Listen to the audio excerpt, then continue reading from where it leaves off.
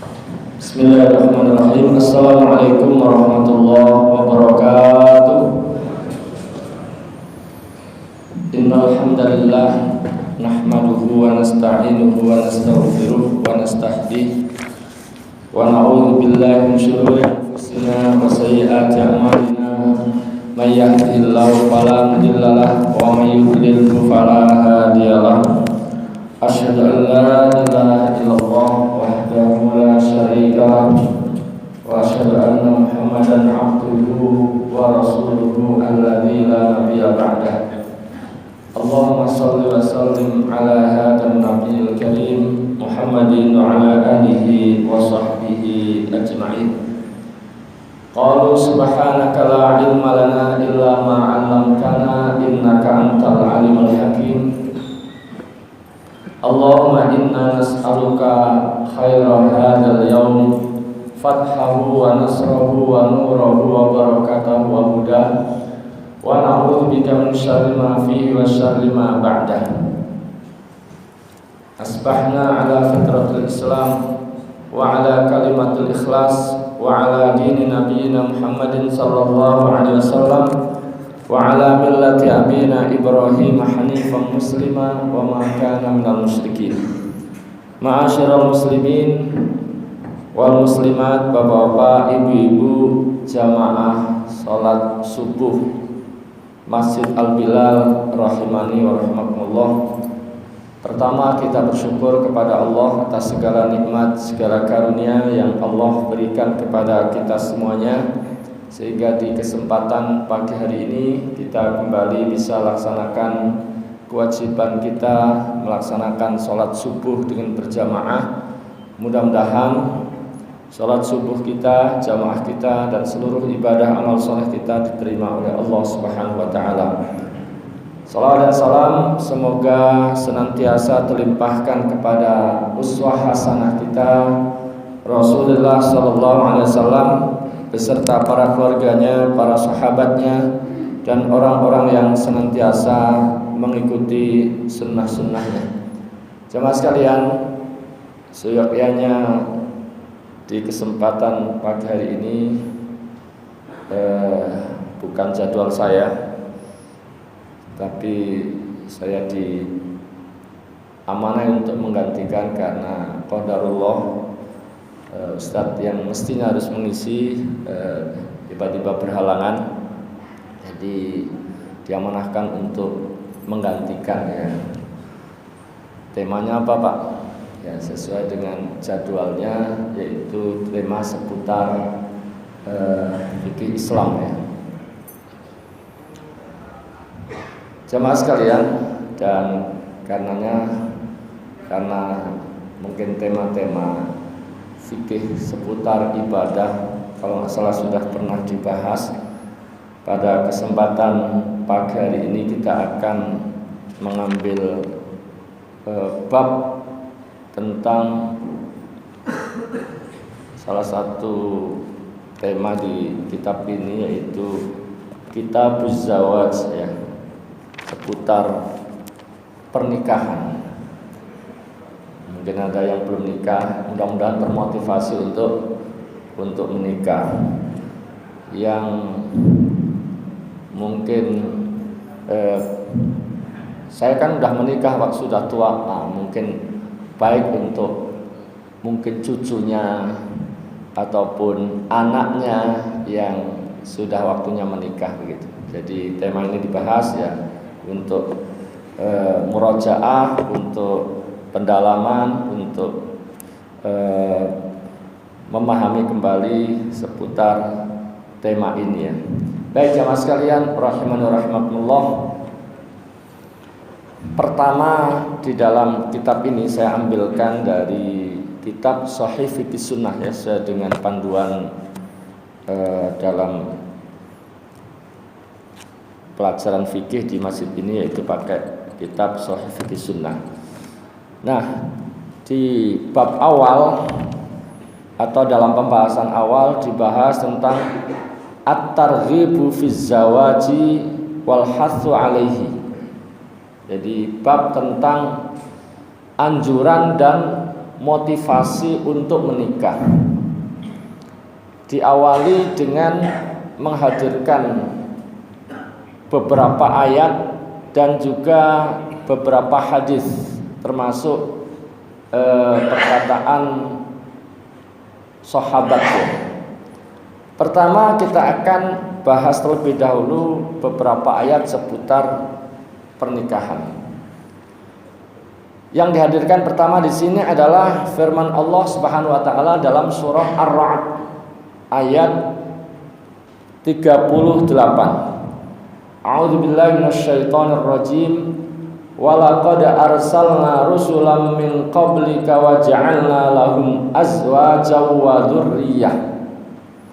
Dan sungguh kami telah mengutus rasul-rasul sebelum Muhammad, dan kami jadikan untuk mereka azwajan wa dzurriyyah, yaitu istri-istri dan keturunan.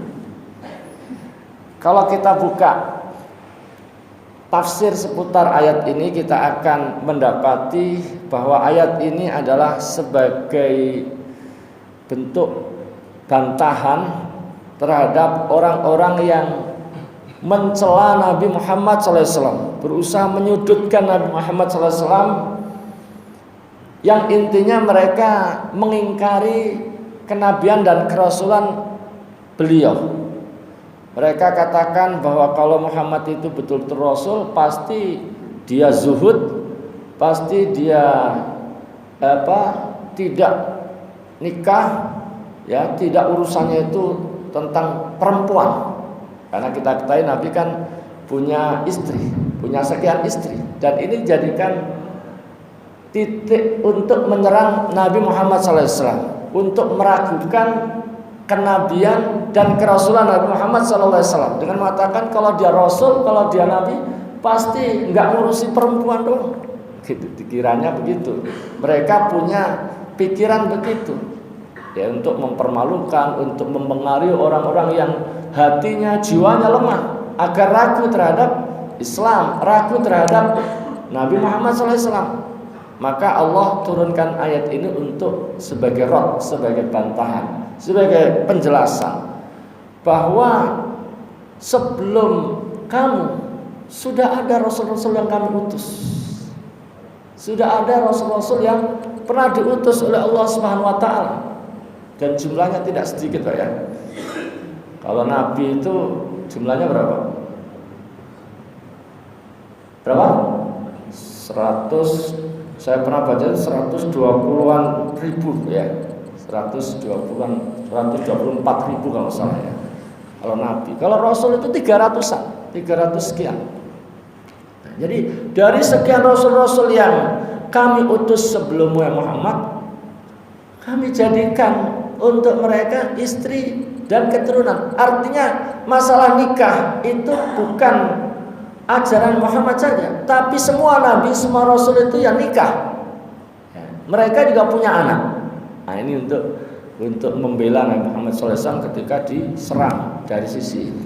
Jadi, walaqad arsalna rusulan min qablika wa ja'alna lahum azwajan wa dzurriyyah.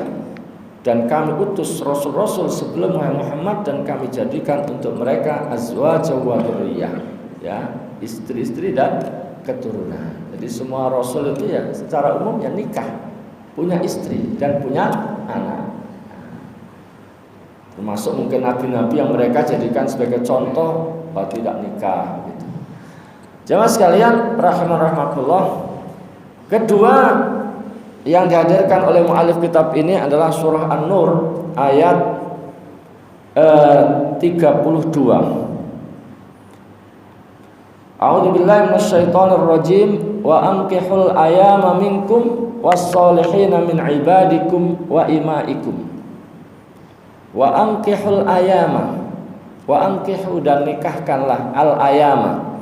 Al-ayama ini bentuk jamak dari al-ayyim. Al-ayyim itu orang yang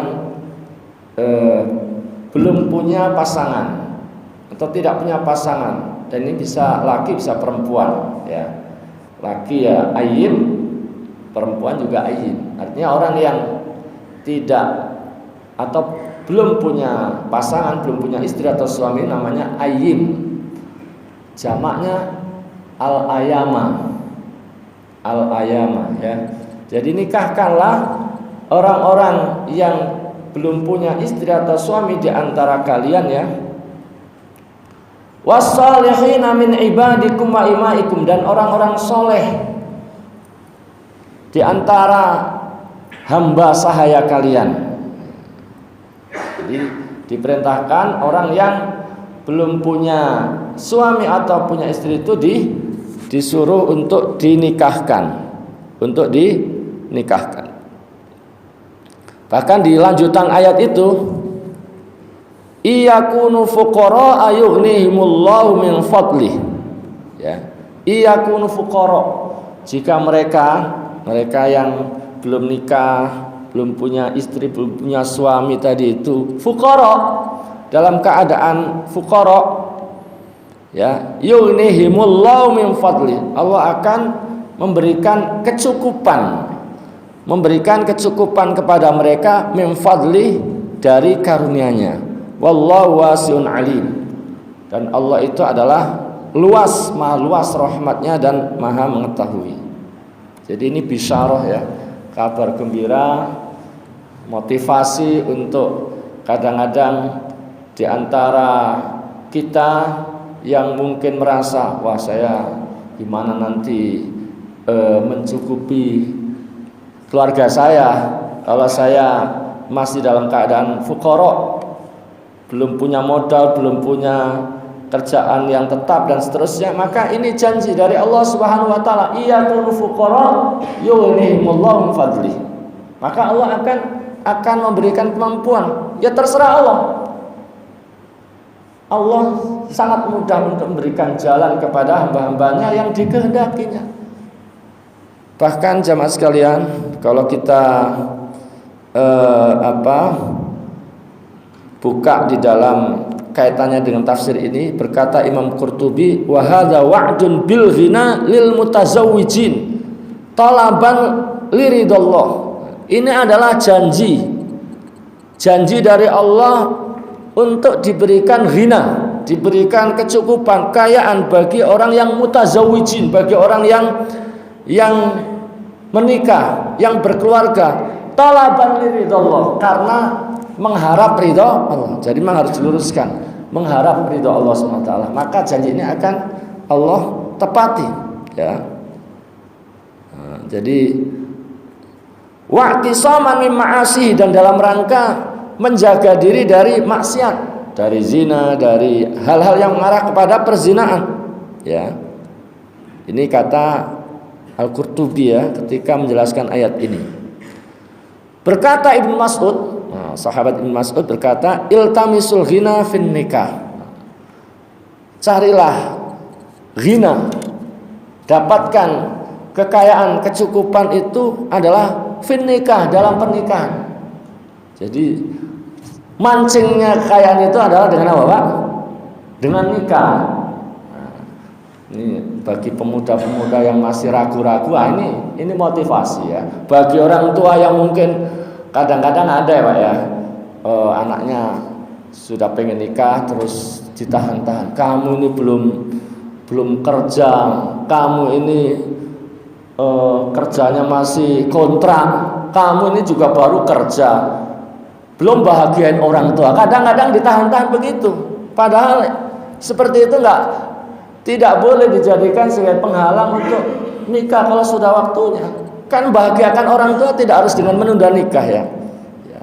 Termasuk tadi ya, tidak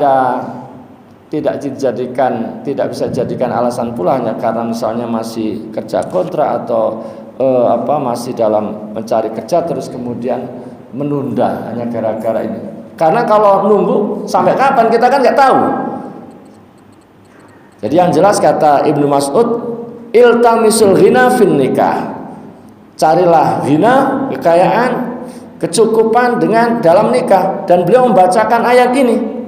Dan beliau membacakan ayat tadi, iyakunu fuqara yughnihimullahu min fadlih. Nah, ini janji Allah Subhanahu wa taala. Bahkan dalam satu hadis itu ada hadis yang bunyinya begini. Salah satun hakun 'alallahi 'aunuhum. Jadi ada 3 golongan, 3 orang yang Allah itu wajib membantunya. Allah wajib membantunya, Allah akan membantunya. Nah, diantaranya adalah an-nakihu yuridul afaf, yaitu orang yang nikah dengan tujuan ingin menjaga kehormatannya, menjaga diri dari perzinahan. Jadi ini sekaligus juga sebagai motivasi untuk kita semuanya, saya dan Bapak sekalian, manakala anak kita sudah usia cukup terus masih ragu untuk nikah karena faktor-faktor yang tadi kaitannya dengan belum cukup modal saya, saya masih belum kerja tetap. Orang tua dorong, orang tua memberikan motivasi, orang tua membantu, orang tua memudahkan. Ya, tidak justru menjadi penghalang, tidak justru mencegah, tapi justru mendorong untuk bisa melaksanakan apa yang disyariatkan oleh agama.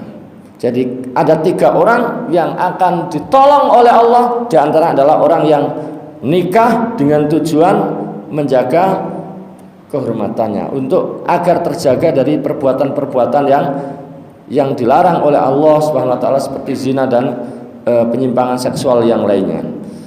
Para hadirin sekalian rahimani wa rahimakumullah. Kemudian ayat yang ketiga yang dihadirkan oleh muallif kitab ini adalah firman Allah yang ada di dalam surah An-Nisa ayat 3. Ini ayat ini sering dibaca saat di majelis pernikahan itu Pak ya, akad nikah. Fankihu ma qabalakum minan nisa'i matna wa thulatha wa ruba'. Ya. Fankihu ma qabalakum minan nisa'i matna wa thulatha wa ruba'. Maka nikailah perempuan yang lain yang kamu sukai, yang kamu senangi atau senangi 2, 3 atau 4. Jemaah sekalian, apa ayat sebelumnya? Ayat sebelumnya itu atau kalimat sebelumnya ini bicara tentang anak yatim, Pak. Bicara tentang apa, Pak? Tentang anak yatim. Jadi bunyi lengkapnya itu begini. Wa in khiftum alla tuqsitu fil yatama fankihu ma tabalakum minan nisa'i mathna wa thulatha wa ruba'. Fa in khiftum alla ta'dilu fawahidatan aw ma malakat aymanukum dzalika adna alla ta'ulu. Jika kalian khawatir tidak bisa berlaku adil terhadap anak-anak yatim. Jadi ada kalanya Pak, orang itu diamanai ngerawat, ngerumat anak yatim. Tadinya yatim kecil, ya, kecil. Ini kebetulan perempuan ya, perempuan. Terus kan orang itu berkembang dari kecil lama-lama jadi besar. Nah, bisa jadi kemudian orang yang rawat atau orang yang di bawahnya ada kuasaan terhadap anak yatim tadi itu tertarik untuk menikahinya, menjadikan anak yatim itu di kemudian hari menjadi istrinya. Ini saya cerita ayat ini saja Pak ya, jangan kok dirawat terus dinikah itu gimana, nggak usah nanya gitu. Saya hanya cerita ayat ini, kaitannya dengan ayat tadi. Ada kalanya orang itu ketika memperlakukan anak yatim karena dia nggak punya orang tua, nggak punya orang-orang yang disegani, akhirnya memberikan mahar itu saenake dhewe, sakarepe dhewe, sekehendak hatinya. Padahal mestinya standar umum di masyarakat itu seorang wanita itu ketika dinikahi maharnya sekian. Nah, karena yang dinikahi itu anak yatim, nggak punya, kan yang disebut yatim itu apa Pak? Yang orang tuanya meninggal, bapaknya meninggal dan dia masih kecil, belum balik, itu namanya yatim. Ya. Tapi kalau lama-lama jadi gede, jadi gadis dewasa untuk juga akhirnya siap nikah. Nah, jika kalian khawatir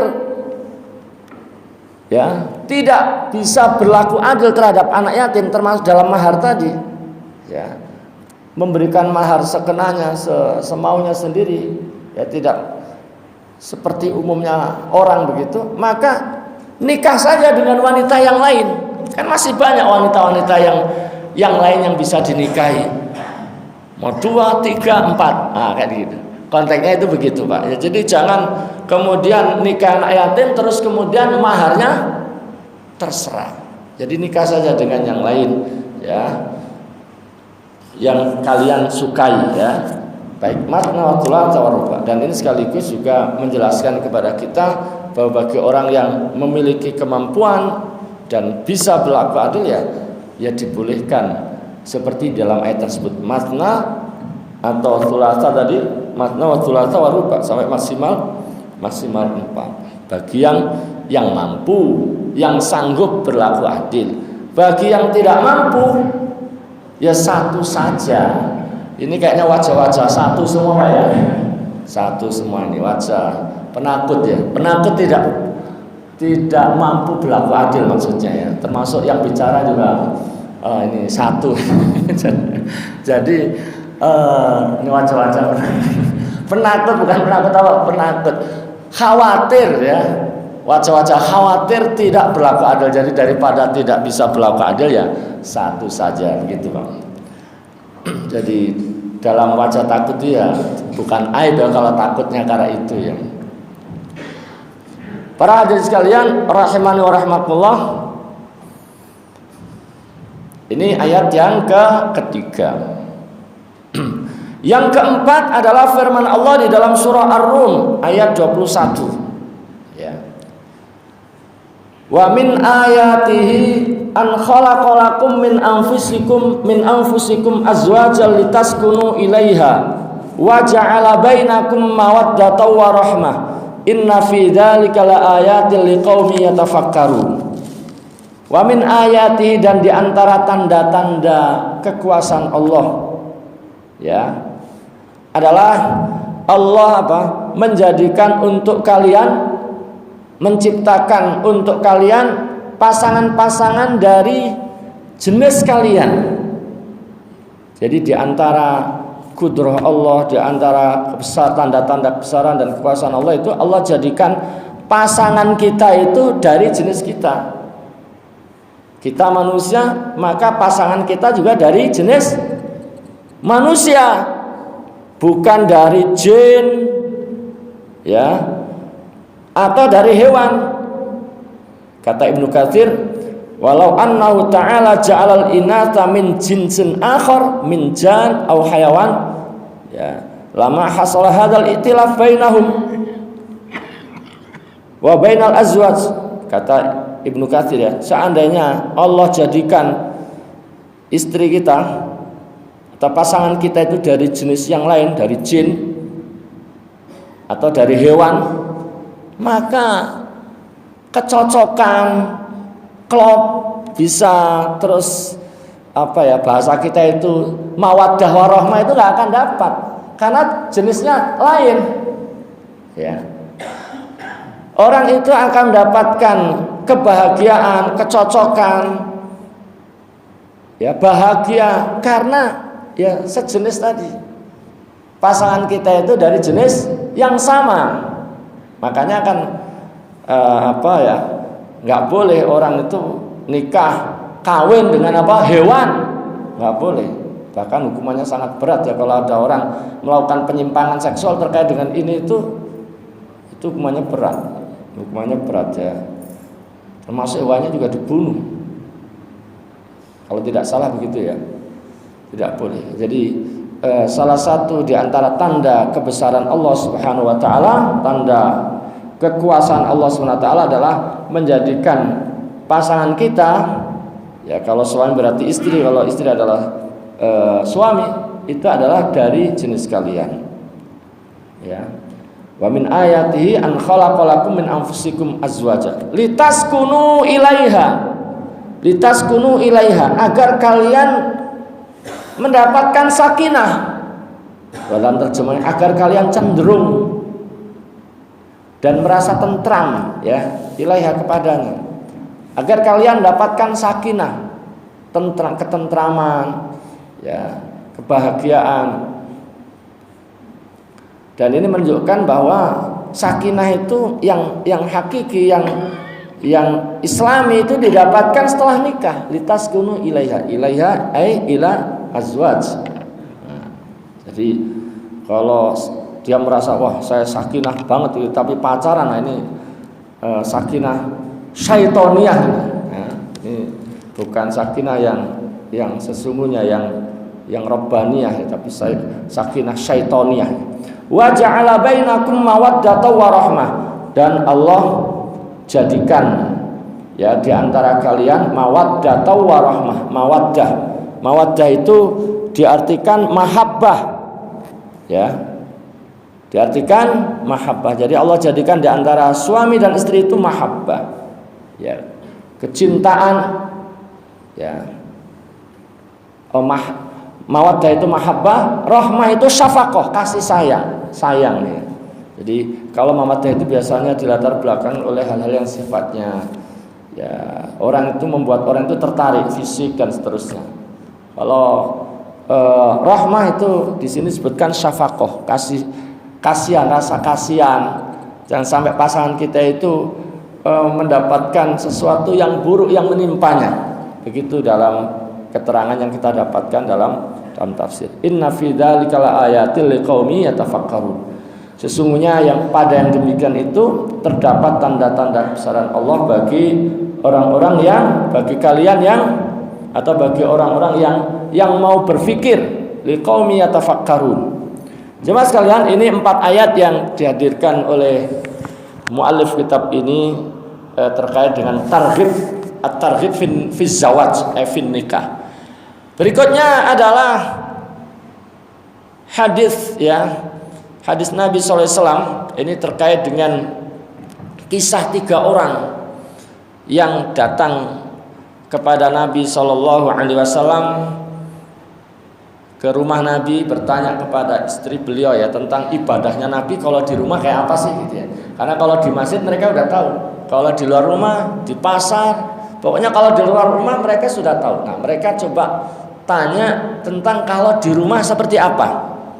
Ya, kalau di rumah seperti apa. Begitu mendapatkan penjelasan,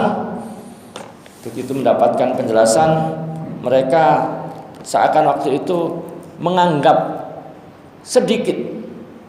Tapi mereka kemudian merasa bahwa siapa kita dibandingkan Nabi. Nabi adalah orang yang sudah diampuni dosa-dosanya, baik yang telah lalu maupun yang akan datang. Maka salah satu di antara mereka kemudian berkomitmen, saya akan sholat terus panjang malam, saya nggak akan tidur. Ya. Yang satu bilang, saya akan saum terus, saya nggak akan iftar. Jadi setiap hari, tidak ada hari tanpa puasa. Yang satu bilang, saya akan a'tazilun nisa, saya akan menjauhi wanita. Fala atazawwaju abadan, saya nggak akan nikah selamanya. Nah, mereka punya komitmen seperti itu ya, mengatakan demikian. Maka datanglah Rasulullah SAW kemudian mengatakan, antumul ladzi qultum kadza wa kadza, kaliankah yang tadi mengatakan ini dan itu, yang mengatakan demikian? Demi Allah, saya wallahi innil akhsyakum lillahi wa atqakum lahu, saya ini adalah orang yang paling bertakwa, paling takut kepada Allah dibandingkan kalian, paling bertakwa ya kepada Allah dibandingkan kalian. Lakinni asumu wa uftir, akan tetapi saya kadang puasa, kadang juga iftar. Ya, ada kalanya saya puasa, tapi pada lain kesempatan saya juga tidak puasa. Wa usolli wa arkudu, saya di waktu malam saya sholat ya, tapi juga sebagian waktu saya pakai untuk tidur. Wa atazawwajun nisa, dan saya juga menikah dengan wanita. Faman raghiba an sunnati falaysa minni, siapa yang tidak suka dengan sunnahku, meninggalkan sunnahku, maka falaysa minni, maka tidaklah termasuk golonganku. Kalau meninggalkan sunnah itu karena kebencian, karena ingkar, ini bisa kufur.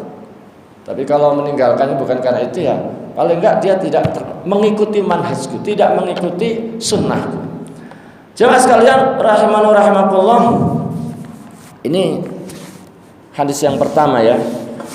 Yang kedua jemaah sekalian adalah hadis tentang perkataan Rasulullah Shallallahu Alaihi Wasallam beliau mengatakan tazawwadul wadud al walud fa inni mukatsirum bikumul umam.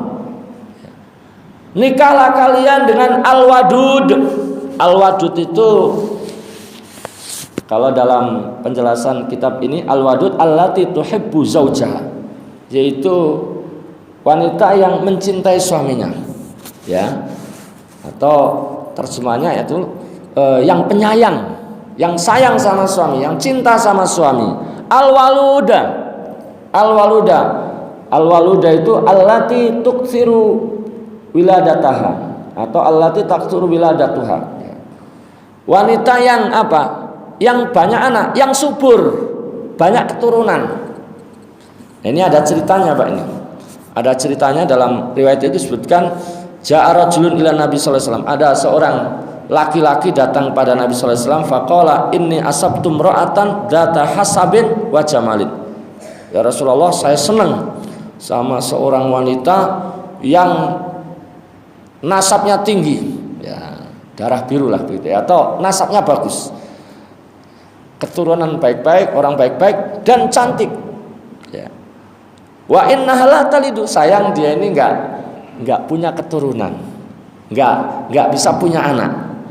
Nah, dari mana dia tahu enggak bisa punya anak? Ya bisa dilihat dari, ada kemungkinan terkait dengan syarah hadis ini, ada kemungkinan ya dia tahu bahwa wanita ini enggak haid. Biasanya kalau wanita itu memang ya qadarullah, ya, ada orang yang ditakdirkan oleh Allah tidak haid, dan tentu ini cobaan, tentu ini ujian yang tentu tidak ada yang menginginkan. Tapi kalau orang itu diuji seperti ini terus sabar, ya pahalanya besar. Jadi ada wanita yang karena tidak haid, ya kemungkinan besar nggak punya keturunan. Kemungkinan yang lainnya adalah dia bisa jadi sudah pernah menikah dan sampai akhirnya berpisah nggak punya keturunan. Saya baca syarah hadis itu seperti itu. Ada kemungkinan yang lainnya itu ya dilihat dari ibunya, dari saudara-saudaranya nggak ada yang punya anak. Nah, jadi itu. Jadi dari mana seseorang ini tahu kok dia nggak bisa punya anak? Nah, itu kemungkinannya seperti itu. Ya. Afa atazawwajuha, ya Rasulullah, boleh nggak saya menikah dengan dia ini? Cantiknya masya Allah, ya, cantik dan keturunan baik-baik, nasabnya baik, cuma dia nggak punya keturunan, dia nggak bisa melahirkan. Maka Rasulullah mengatakan lah, ya jangan. Terus nanya lagi, oh namanya udah kadung kesemsem tadi, Pak, ya, udah seneng kan,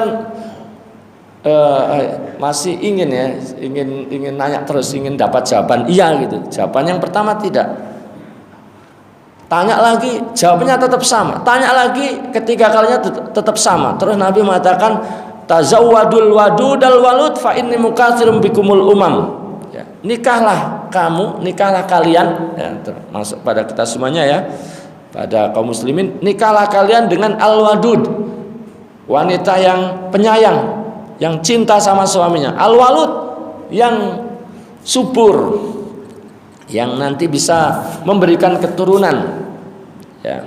Fa inni mukatsirum bikumul umam, sesungguhnya aku itu akan berbangga, ya, berbangga dengan kalian dengan banyaknya umat, ya.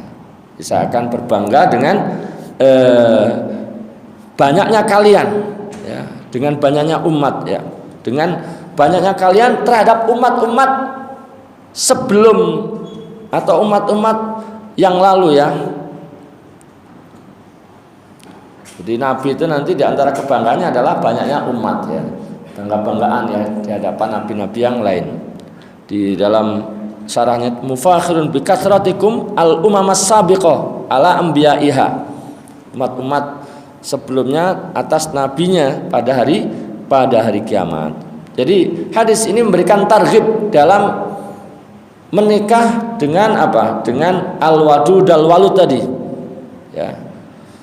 Para hadis sekalian rahimakumullah. Kemudian hadis yang berikutnya yang dihadirkan adalah ya ma'syarus syabab, wahai para pemuda, man istata'a minkumul ba'ah falyatazawwaj, siapa di antara kalian yang memiliki ba'ah. Siapa di antara kalian yang memiliki ba'ah? Ba'ah itu adalah kemampuan. Ba'ah itu artinya apa? Kemampuan untuk menikah, untuk memikul beban-beban seperti memberi nafkah dan seterusnya. Falyatazawwaj, maka hendaklah segera menikah. Fa innahu aghaddu lil basari, karena pernikahan itu lebih mampu untuk bisa apa? Menahan pandangan. Wa ahsanu lil farji, ya, dan untuk menjaga farji, kemaluan, untuk menjaga diri dari perzinahan. Wa man lam yastati' fa alaihi bisawm, dan siapa yang tidak atau belum mampu melaksanakan nikah fa alaihi bisawm, maka hendaklah dia berpuasa. Fa innahu lahu wija, karena sesungguhnya puasa itu bisa menjadi wija baginya, menjadi tameng baginya, bisa membantu untuk meredakan gejolak hasrat seksualnya. Jamaah sekalian rahimakumullah, bahkan dalam hadis yang lain Rasulullah SAW itu mengatakan begini: fi bud'i ahadikum shadaqah. Fi bud'i ahadikum shadaqah. Dalam bud ini itu maksudnya adalah jima. Ya, dalam jima yang kalian lakukan, dalam hubungan suami istri yang kalian lakukan itu ada nilai shadaqah. Ada nilai shadaqah. Ya. Ini kalau kita urut latar belakangnya, Pak, latar belakangnya itu terkait dengan bahwa para sahabat, ada beberapa sahabat yang mengatakan pada Rasulullah, ya Rasulullah, zahaba ahlud dusur bil ujur, ya, orang-orang kaya itu memborong pahala, yusalluna kama nusalli, mereka bisa sholat sebagaimana kami sholat, wa yasumuna kama nasumu, mereka bisa melaksanakan puasa sebagaimana kami juga bisa melaksanakan puasa. Wa yatasaddaquna bi fadli amwalihim, bi fuduli amwalihim, tapi mereka bisa sedekah dengan kelebihan harta mereka, tapi kami tidak bisa. Maka kemudian Rasulullah mengatakan, awalaisa qad ja'alallahu lakum ma tasaddaqun, bukankah Allah juga jadikan untuk kalian apa yang dengan itu kalian bisa sedekah. Nah, maka disitulah Nabi kemudian menjelaskan bahwa inna bi kulli tasbihatin shadaqatan, ya, bahwa pada setiap ucapan subhanallah itu ada nilai sedekah. Wa kullu takbiratin shadaqatan, dan setiap ucapan Allahu akbar itu sedekah. Wa kulli tahmidatin shadaqatan, dan setiap ucapan alhamdulillah itu sedekah. Wa kulli tahlilatin shadaqatan, dan setiap ucapan la ilaha illallah itu ada nilai sedekah. Wa amrun bil ma'rufi shadaqah, amar ma'ruf adalah sedekah, ada nilai sedekah. Wa nahyun an mungkarin sedekah, pada nahi mungkar juga ada sedekah. Terus lanjutannya tadi, fi bud'i ahadikum sedekah, bahkan pada yang sudah punya istri, hubungan suami istri yang kalian lakukan itu juga ada nilai sedekahnya. Terus para sahabat nanya, ya Rasulullah, wahai Rasulullah, ayati ahaduna syahwata wa yakunu lahu fiha ajrun. Ya Rasulullah, ya, di antara kami atau kami melaksanakan syahwatnya, ya, menunaikan syahwatnya, pada itu ada sedekah, ada nilai pahalanya. Ini pertanyaan para sahabat, ya. Maka Rasulullah mengatakan, ara'aitum law wada'a fi haramin akana alaihi fiha, ya, ara'aitum law wada'a fi haramin akana alaihi fiha wizrun, ya. Intinya adalah, bukankah kalau dia salurkan pada yang haram, maka yang demikian itu ada dosanya. Fakadzalika idza wada'a fil halal, begitu pula kalau dia salurkan, dia laksanakan syahwatnya itu pada cara yang halal dalam pernikahan, maka kana lahu ajrun, maka padanya ada apa, Pak? Ada pahalanya. Nah, ini hadis yang juga memberikan apa? Memberikan motivasi betapa pada pernikahan itu ada pahala yang besar. Setiap jima yang dilakukan oleh seorang hamba itu punya nilai sedekah. Ini kayaknya sedekah yang paling gimana, Pak, ya? Mana Ustaz? Ini sedekah setelah ini ya. Para jamaah sekalian rahimakumullah. Kemudian Rasulullah SAW juga mengatakan ad-dunya mata wa khairu mata'iha ya wa khairu mata'id dunya al-mar'atus shalihah. Dunia itu adalah apa? Perhiasan. Dan sebaik-baik perhiasan dunia wa khairu mata'id dunya al-mar'atus shalihah, yaitu wanita yang shalihah, istri yang shalihah, yang ketika dipandang menyenangkan, ketika diperintah taat selagi tidak dalam maksiat kepada Allah. Kemudian ketika suami pergi, dia jaga dirinya, jaga kehormatannya, dia tidak masukkan orang untuk zina, dia jaga dirinya, dia jaga harta suaminya. Nah, inilah ya sebaik-baik perhiasan dunia, yaitu al-mar'atus shalihah. Al-mar'atus shalihah. Kemudian jamaah sekalian, dalam satu riwayat disebutkan Sa'id bin Jubair itu pernah ditanya oleh sahabat Ibnu Abbas, hal tazawwajta, apakah kamu sudah menikah? Ya, maka dijawab oleh beliau, oleh Sa'id bin Jubair, lah belum. Maka dikatakan oleh sahabat Ibnu Abbas, fatazawwaj, kalau begitu segera nikah. Ini mohon maaf ya, saya bacakan ini ya, didengar saja ya, dipahami saja, nggak usah dimasukkan ke dalam hati ya, khususnya ibu-ibu ya. Fatazawwaj, maka segeralah menikah. Fa inna khaira hadhil ummah ya, fa inna khaira hadhil ummah, karena sesungguhnya sebaik-baik umat ini adalah aktsaruha nisaan, yaitu yang paling banyak istrinya. Nah, ini kembali kepada tadi banyak pasal tadi, yang mampu, yang sanggup dan bisa berlaku adil, bisa kondusif dalam rumah tangganya. Kalau nggak mampu, ya nggak bisa adil, bukan nambah, bubar ya Pak ya, malah bubar. Jadi yang sanggup, yang mampu, maka kata Ibnu Abbas, fa inna khaira hadil ummah aktsaruha nisan. Sebaik-baik umat ini yang paling banyak istri. Bapak-bapak ini sudah mulai pikiran ini, tapi kan terus melihat dirinya ini, wah saya nggak mampu. Kepikirannya nggak apa-apa, pikiran baik ya. Ibu-ibu itu pikir pokoknya nggak dilaksanakan aja. Dia ibu-ibu setuju, biasanya ibu-ibu setuju. Kalau orang lain biasanya, kalau suaminya tunggu dulu gitu. Itu wajar, maklum ya. Sesuatu yang manusiawi saja. Baik, jemaah sekalian rahimakumullah, dan karenanya di dalam agama kita itu ihtisaq itu dilarang. Ihtisaq itu apa? Mengebiri. Mengebiri itu dilarang. Mengebiri itu apa, Pak? Saya juga belum pernah lihat prakteknya, tapi katanya itu adalah mengebiri itu bahagiannya itu dibelah. Pokoknya biar nggak punya syahwat lagi gitu ya. Biar nggak punya syahwat lagi. Itu dilarang. Ya, dalam satu riwayat ya, riwayat dari Sa'ad bin Abi Waqqas ya, beliau berkata, laqad radda dzalika yakni Nabi ala Utsman ibn Maz'un. Nabi melarang siapa? Utsman bin Maz'un. Ya.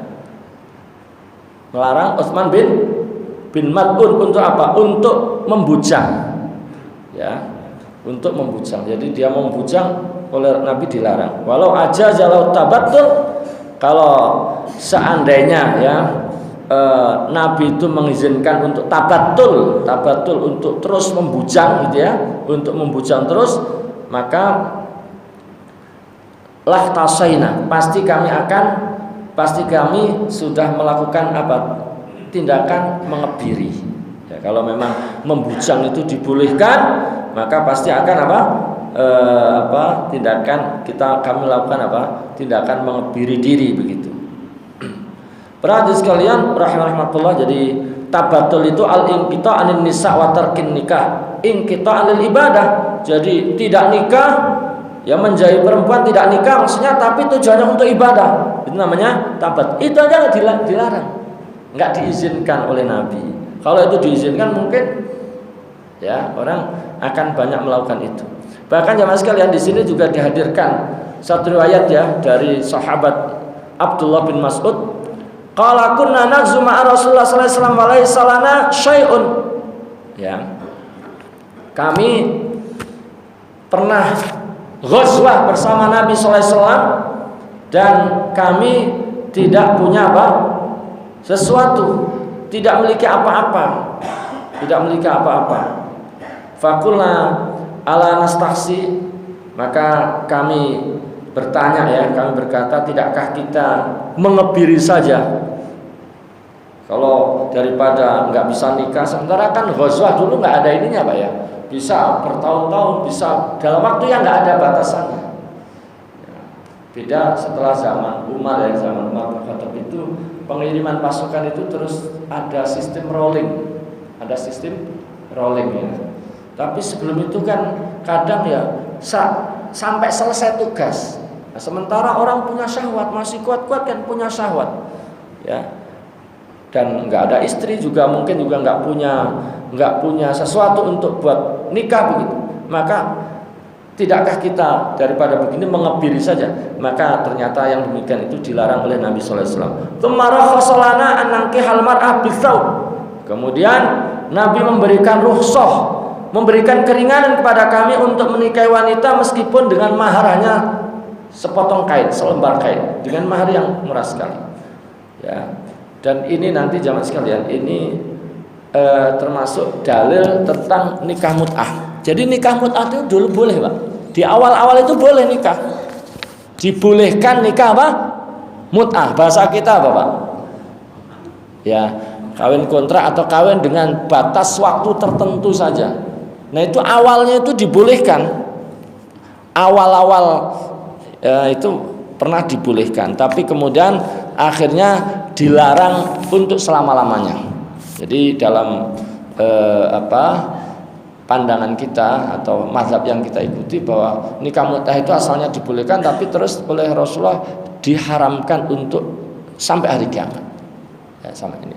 Yang membolehkan itu kan biasanya Syiah ya yang bolehin. Tapi kalau kita Ahlussunnah wal Jamaah ini asalnya boleh, tapi kemudian pernah dibolehkan, tapi kemudian dilarang untuk selama-lamanya. Nah, jamaah sekalian rahimakumullah. Jadi tadinya itu karena kondisinya seperti itu diberikan rukhsah, diberikan izin untuk suatu waktu terbatas ya, terus kemudian dilarang ya. Jamaah sekalian rahimakumullah. Nah, inilah beberapa ayat, beberapa hadis seputar targhib, seputar motivasi, anjuran, dorongan untuk menikah. Ya, sebelum diakhiri terakhir kita ingin sampaikan di sini tentang ba'du fawaidiz zawaj ya. Beberapa faedah seputar nikah. Apa faedahnya? Apa hikmahnya? Apa faedahnya? Pertama adalah imtitsalu amrillahi ta'ala. Yang pertama adalah dalam rangka melaksanakan perintah Allah. Ini perintah yang agung. Jadi ketika nikah ini sesuatu yang besar ya, sesuatu yang besar karena ini perintah Allah Subhanahu wa taala. Yang kedua adalah ittiba'u sunnatun Nabi sallallahu alaihi wasallam. Ya.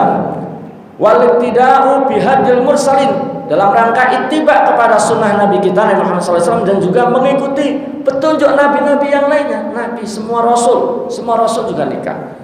Kemudian yang ketiga adalah kasur syahwah wadul basar ya, dalam rangka meredakan syahwat, gejolak syahwat, dan untuk ghadul basar, untuk menundukkan pandangan. Kemudian yang keempat adalah tahsinul farji wa ifafun nisa, menjaga farji, kemaluan, kehormatan kita agar tidak terjerumus pada zina, dan ifafun nisa ya, menjauhkan wanita dari hal-hal yang tercela, yang menjerumuskan kepada hal-hal yang dilarang oleh Allah Subhanahu wa taala. Kemudian adamu dzuyu'il fahisyati fil muslimin. Ya, menghilangkan tersebarnya hal-hal yang fahisyah, yang tercela di tengah kaum muslimin. Ketika pintu nikah ini dipermudah, maka dengan sendirinya akan hilang, akan tereliminasi, sedikit ya tindakan-tindakan menyimpang. Tapi kalau pintu nikah ini dipersempit, dipersulit, nah kadang-kadang yang persulit itu ya diantaranya ya itu ya karena pemahaman yang kurang kuat, Ya, keyakinan kepada janji-janji Allah, termasuk kadang pemahaman orang tua. Nah, ini sekali lagi untuk mendorong orang tua untuk ya memahami bab ini dan memotivasi dan mempermudah jalan pernikahan putra-putrinya. Ya, jadi agar fahisyah itu, tindakan-tindakan buruk keji di tengah masyarakat itu hilang. Ya, dan masing-masing kita bisa memberikan peran di dalam bab ini, memerankan peran kita sesuai dengan kapasitas kita di dalam bab ini. Terus yang berikutnya adalah takfirun naslil ladzi bihi tatimmu bahatun Nabi sallallahu alaihi wasallam lisairil anbiya wal umam, yaitu memperbanyak keturunan. Makanya nikah, ketika kita hubungan suami istri bukan hanya untuk mendapatkan kepuasan syahwat saja, tapi juga menginginkan ini tadi, mendapatkan keturunan. Ya, karena dengan banyak keturunan, banyaknya umat Nabi itu nanti akan bangga di hari kiamat di hadapan nabi-nabi atau umat-umat sebelumnya. Makanya jangan sekalian nanti ada bab, kalau KB gimana, kalau azal gimana gitu. Ada bab tentang azal ya. Bab azal. Azal paham Pak ya? Paham ya? Ada yang nggak paham azal? Nah, mungkin nggak paham, tapi kalau dijelaskan, wah itu mah udah sering Pak. Azal itu diantara ulama mengatakan makruh. Karena itu disebut dengan pembunuhan tersembunyi katanya. Pembunuhan yang tersamar. Ya. Pembunuhan yang tersamar. Ya, tapi ada khilafiyah, ada yang membolehkan, ada di antara ulama membolehkan, tapi ada juga yang mengatakan bahwa itu adalah termasuk hal yang makruh, paling enggak makruh, karena ya akhirnya dengan azal itu akhirnya yang tadinya punya anak nggak jadi punya anak kan, secara teorinya begitu. Itu namanya azal. Azal itu mengeluarkan nutfah mani di luar farji. Nah itu azal. Jamaah sekalian rahimakumullah. Kemudian yang berikutnya adalah ijadul walad alladzi yantafi'u ba'dal maut bidu'aihi. Ya, yaitu apa? Dengan kita nikah itu akan lahir anak yang dengan lahir anak itu nanti akan memberikan manfaat untuk kita, bukan hanya di dunia tapi sesudah apa? Sesudah kematian kita. Siapa? Apa yang kita harapkan setelah kita mati, Pak? Di antaranya adalah anak yang soleh yang mau doakan. Berarti semakin banyak anak, banyak doa ya. Bahkan yang nanti jamaah sekalian, yang nanti ya kalau ada kelahiran, sebenarnya yang mendapatkan keuntungan dari lahirnya anak itu bukan orang tua, tapi kaum muslimin secara keseluruhan. Minimal melalui doa-doanya itu. Kan biasa suka berdoa, Rabbana fir lana wal ikhwanina alladziina sabaquna bil iman, atau doa-doa yang intinya adalah mendoakan orang yang sudah meninggal, yang dikenal atau nggak kenal dapat semua Pak ya, dapat semua, mau keluarganya atau dapat doanya. Jadi yang dapat keuntungan dari adanya kelahiran itu adalah bukan hanya orang tuanya, tapi seluruh kaum muslim. Maka kita senang kalau ada yang lahir ya, lahir. Ya bahkan bukan hanya nanti setelah meninggal, ketika di dunia juga memberikan manfaat, paling enggak memperbanyak jumlah. Kalau mayoritas itu jadi kuat Pak. Kalau mayoritas pilkada juga menang ya Pak ya. Pilihan presiden juga menang. Nah ini makanya harus salah satunya untuk ini adalah melalui nikah nih. Segera nikah nih Pak ya. Yang belum nikah, yang sudah ya. Jadi gitu. Jadi bahkan jamaah sekalian rahimakumullah, dengan nikah mendapatkan apa tadi? Mendapatkan tahsil ajri minal jima fil halal, mendapatkan pahala dari jima dalam hal yang halal tadi, mendapatkan pahala sedekah. Jadi jima itu dapat pahala sedekah Pak ya. Jadi sedekah itu ternyata pintunya sangat luas ya, pintunya sangat luas termasuk dalam hubungan suami istri. Jadi kita dapat bahasa yang lebih halus ya untuk sedekah. Jamaah sekalian rahimani wa rahimakumullah. Kemudian juga jamaah sekalian, ada juga faedah yang lainnya adalah al-intifa'u ya, al-intifa'u bi syafa'atil wildani ya fi dukhulil jannah. Ya, mendapatkan manfaat yaitu dengan syafaatnya anak-anak kita. Jadi di dalam satu hadis itu jamaah sekalian, ada anak itu disuruh oleh Allah masuk surga, tapi nggak mau, nggak sampai orang tua saya juga masuk. Nah, mungkin orang tuanya ini sebenarnya ya karena amalannya kurang harusnya belum waktunya masuk ya, belum waktunya masuk. Tapi gara-gara anaknya itu ya mestinya sudah masuk, disuruh masuk nggak mau, saya nggak akan masuk sampai orang tua saya masuk surga. Akhirnya ya sudah masuk sono sama bapak ibu kamu.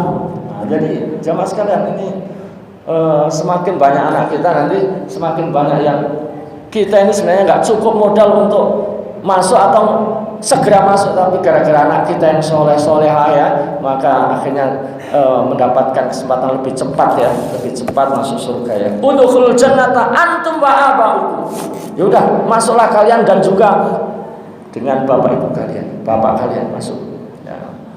Para hadirin sekalian, rahimakumullah, di sini juga disebutkan ya, ijadu dzurriyyah al-mu'minah allati tazubbu an diyaril muslimah tastaghfirul mu'min. Ini yang tadi ya. Jadi dengan nikah terus punya anak itu akan menghadirkan keturunan yang beriman, yang siap membela kaum muslimin, siap memenuhi negeri-negeri atau setiap jengkal tanah yang diberi yang ada untuk tidak dikuasai yang lain. Dan tadi juga manfaatnya yang lain ya tadi ya, kalau dalam konteks yang paling gampang ya, kalau ada agenda-agenda 5 tahunan itu jadi bisa mendapatkan kemenangan. Kemenangan itu salah satunya melalui ini Pak. Itu bentuk-bentuk izzah yang didapatkan.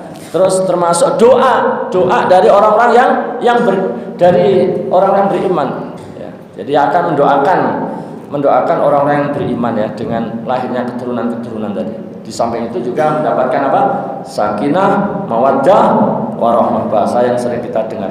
Jamaah sekalian, saya kira ini karena waktunya sudah habis ya, sekedar mengisi kekosongan pada kesempatan pagi hari ini. Mudah-mudahan apa yang kita bahas bermanfaat bagi kita semuanya, baik para pemuda-pemuda yang belum nikah ataupun para orang tua yang anaknya sudah punya menikah, untuk memotivasi. Karena kalau anak sampai berzina gara-gara belum nikah, orang tua ikut bertanggung jawab.